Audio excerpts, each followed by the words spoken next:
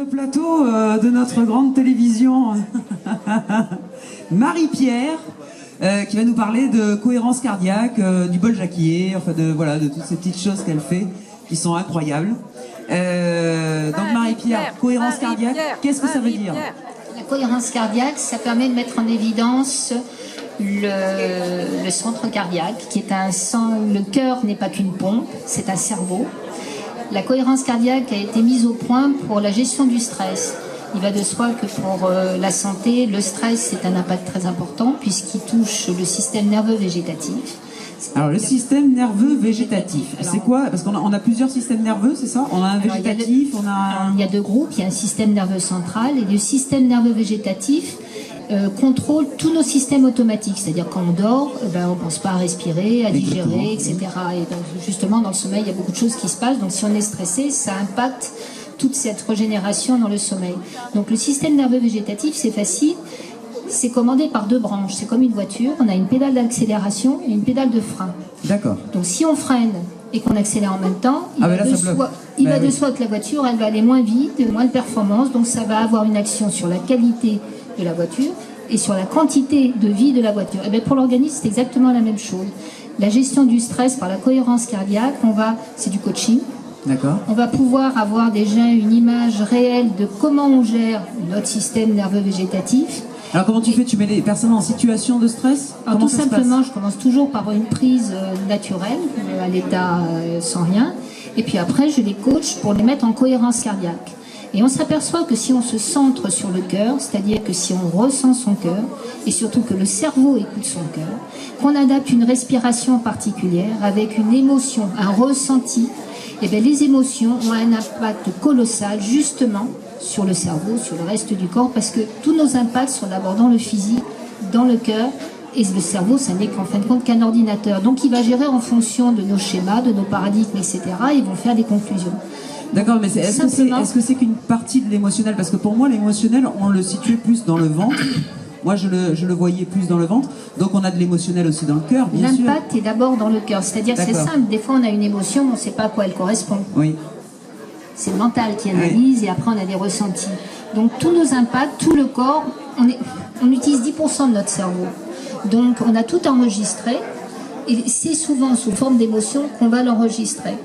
Donc en cohérence cardiaque, si on se met sur une fréquence 6, donc une respiration particulière et qu'on est dans l'émotion... Qui ralentit le rythme cardiaque? C'est une fréquence 6, c'est-à-dire que en fin de compte c'est 5-5, mais tous les 5 secondes on va inspirer, expirer, et avec un logiciel particulier de cohérence cardiaque qui fait des calculs, on va pouvoir voir comment est notre cohérence cardiaque, si elle est à 100%, ou le ratio. Ça se voit au niveau du rythme? Ça se voit. Comme un rythme, en fait. Les pulsations par minute vont être enregistrées. Par un logiciel, on va avoir votre taux de vitalité.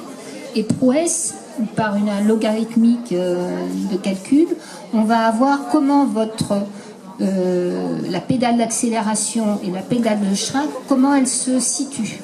Et si on a un pic bien en équilibre, c'est le bien-être. Et si on a des choses toutes chaotiques, on est dans le chaos. Donc visuellement, on a vraiment la signification de comment on se comporte face à une situation normale. Et quand on se met en cohérence cardiaque, en quelques minutes, on a un accès direct à pouvoir poser ce qu'on appelle l'ortho et le parasympathique. L'orthosympathique, c'est la pédale d'accélération, le para, c'est la pédale de frein. Donc en fin de compte, comme dans la vie, c'est toujours une question de dualité. Il y a toujours un yin, c'est toujours positif. Exactement. Donc en fin de compte, le corps, il est toujours en état de régulation. Pas assez, c'est pas bon. Trop, c'est pas bon. Donc c'est toujours cet équilibre. Et en fin de compte, la cohérence cardiaque, c'est du coaching. On parle de renforcement cardiaque. C'est utilisé au niveau des sportifs olympiques, au niveau des golfeurs mondiaux, parce qu'il va de soi que pour tirer une flèche dans le mille, si on est stressé, on est dans le chaos, on va tirer à côté. Donc, alors c'est basé sur la respiration? Vous utilisez beaucoup la respiration ou pas? Alors c'est utilisé, non, c'est une cohérence cardiaque, c'est-à-dire que c'est un peu comme une... Mais la régulation, elle se fait comment? Par la respiration? On va d'abord se centrer sur le cœur, chercher le ressenti du cœur. Tout passe par le cœur. On ne voit bien qu'avec le cœur. Et la force du cœur, elle est colossale. Donc c'est vraiment important de se centrer sur le cœur, le cerveau d'aller à l'écoute, un peu comme une méditation. Mais l'avantage de la cohérence cardiaque, c'est qu'on est acteur. Et c'est immédiat et on le voit. Donc progressivement, on va avoir une amélioration sur la fonction d'adaptabilité, parce que le stress est une fonction d'adaptabilité.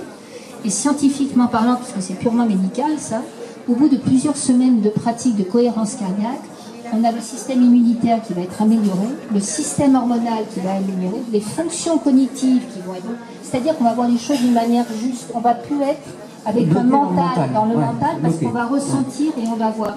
Donc l'énergie de la personne va évoluer, va se sentir mieux, sa relation par rapport à l'autre va être mieux, et ça a un impact sur beaucoup de pathologies, donc l'hypertension, le ceci, le cela. Il va de soi que tous les systèmes automatiques sont soumis à ce système nerveux végétatique avec l'ortho qui freine et le para qui accélère et le para qui freine.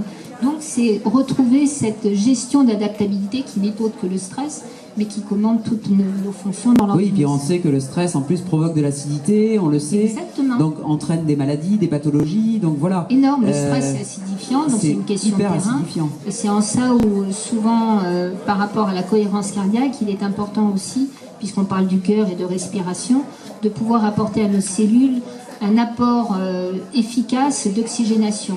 Si on est fatigué, c'est parce qu'on n'a pas assez d'énergie. Or l'énergie, c'est de l'oxygène et du glucose. Et ça se trouve au niveau de nos cellules. Et de nos cellules, il y a une petite usine qui s'appelle la mitochondrie, qui produit cette petite étincelle d'énergie qu'on appelle vulgairement l'ATP, l'adénosine triphosphate. Mais pour que cette mitochondrie puisse nous donner de l'énergie, donc que la cellule, que l'organe puisse fonctionner, il faut que l'oxygène puisse rentrer. Or nos cellules, par rapport au stress, par rapport aux maladies, par rapport aux pollutions extérieures ou intérieures, la malbouffe, le mal-être, les émotions, tous ces systèmes-là impactent nos cellules, et bien l'oxygène rentre moins dans la cellule. Et puis aussi la respiration, je reviens toujours sur la respiration parce que c'est basique, je veux dire on respire, on inspire, on expire, c'est l'humain. L'oxygène c'est la vie. Et l'oxygène c'est la vie, voilà. L'oxygène c'est la vie, c'est même le premier aliment, il est capital de manger, de nutrir nos cellules, il est capital de pouvoir respirer, mais il est capital que cet oxygène puisse arriver dans la cellule pour qu'elle puisse fonctionner.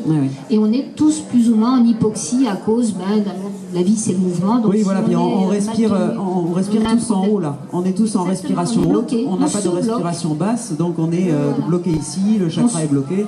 Et c'est vrai que moi, je sais que quand j'ai eu mon cancer, j'ai toujours, dans mes recherches, j'ai toujours vu que en oxygénant mes cellules, je leur permettais en fait de tuer les cellules cancéreuses. Parce qu'en fait, elles n'aiment pas l'oxygénation.